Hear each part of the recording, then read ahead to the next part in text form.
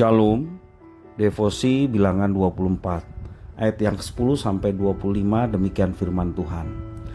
Lalu bangkitlah amarah Balak terhadap Bileam, dan dengan meremas-remas jarinya berkatalah ia kepada Bileam, untuk menyerapah musuhku aku memanggil engkau, tetapi sebaliknya sampai 3 kali engkau memberkati mereka. Oleh sebab itu enyalah engkau di tempat kediamanmu. Aku telah berkata kepadamu, aku telah bermaksud memberi banyak upah kepadamu, tetapi Tuhan telah mencegah engkau memperolehnya. Tapi berkatalah Bileam kepada Balak, bukankah telah kukatakan juga kepada utusan-utusan yang kau kirim kepadaku, sekalipun Balak memberikan kepadaku emas dan perak seistana penuh, aku tidak akan sanggup melanggar titah Tuhan dengan berbuat baik atau jahat atas kemauanku sendiri. Apa yang akan difirmankan Tuhan, itulah yang akan kukatakan. Dan sekarang aku ini sudah hendak pergi kepada bangsaku. Marilah kuberitahukan kepadamu apa yang akan dilakukan bangsa itu kepada bangsamu di kemudian hari. Lalu diucapkannyalah sanjaknya katanya, tutur kata Bileam bin Beor, tutur kata orang yang terbuka matanya, tutur kata orang yang mendengar firman Allah, dan yang beroleh pengenalan akan yang maha tinggi, yang melihat penglihatan dari yang maha kuasa, sambil rebah namun dengan mata tersingkap. Aku melihat dia, tetapi bukan sekarang. Aku memandang dia, tetapi bukan dari dekat. Bintang terbit dari Yakub, tongkat kerajaan timbul dari Israel, dan meremukan pelipis-pelipis Moab, dan menghancurkan semua anak Set. Maka Edom akan menjadi tanah pendudukan, dan Seir akan menjadi tanah pendudukan musuh-musuhnya itu. Tetapi Israel akan melakukan perbuatan-perbuatan yang gagah perkasa, dan dari Yakub akan timbul seorang penguasa yang akan membinasakan orang-orang yang melarikan diri dari kota.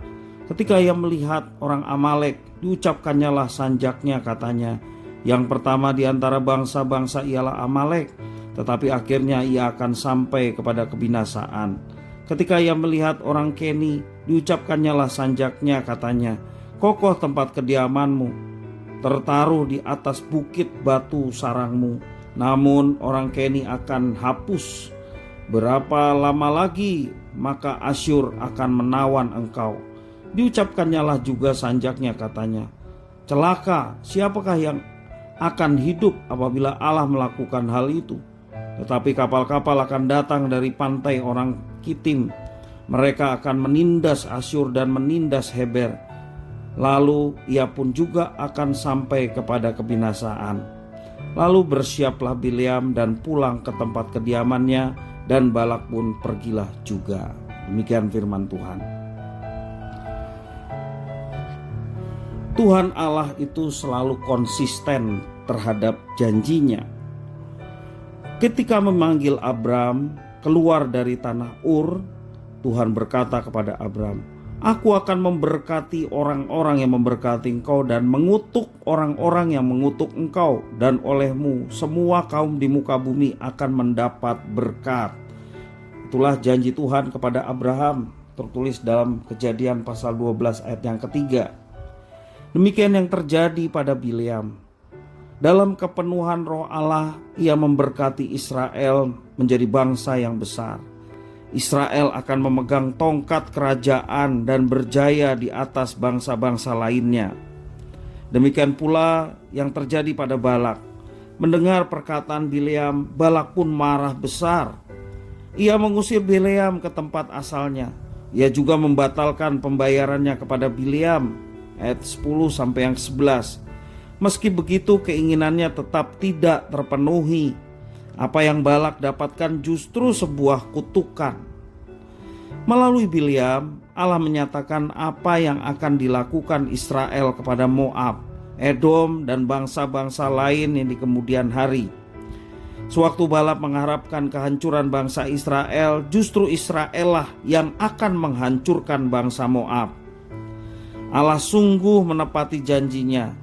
Tidak ada kutukan yang tidak dihukum dengan kutukan, dan tidak ada berkat yang tidak dibalas dengan berkat. Hal yang menarik adalah janji ini tetap Tuhan Allah berikan walaupun Israel berkali-kali memberontak kepada Tuhan. Berkat itu tetap tercurah meskipun ia telah menghukum umatnya dan berkelana di padang gurun selama lebih kurang 40 tahun. Tuhan Allah yang disembah Israel adalah Tuhan Allah yang juga kita sembah, yang telah memilih kita menjadi umatnya. Tuhan Allah kita yang kita sembah adalah pribadi yang konsisten. Ia setia dengan apa yang ia janjikan. Bahkan di saat ia sedang murka kepada umatnya, kita bisa melihat dan kita bisa percaya kepada kesetiaan Tuhan yang begitu sempurna. Dalam 2 Timotius pasal 2 ayat 13, Rasul Paulus menyampaikan, jika kita tidak setia, dia tetap setia karena dia tidak dapat menyangkal dirinya. Tuhan Allah setia pada janjinya. Apa yang dijanjikannya pasti digenapi. Jadi kita tidak usah lagi meragukan apa yang dijanjikan Tuhan. Sebab kalau kita sudah masuk di dalam Tuhan, tetapi kita tidak percaya janjinya, sesungguhnya kita menempatkan dia sebagai pendusta. Dan kita tidak akan pernah melihat janjinya. Karena Tuhan akan menyatakan janjinya hanya kepada mereka yang tetap setia dan berpegang pada janji Tuhan. Jadi kita tidak usah lagi meragukan janji Tuhan.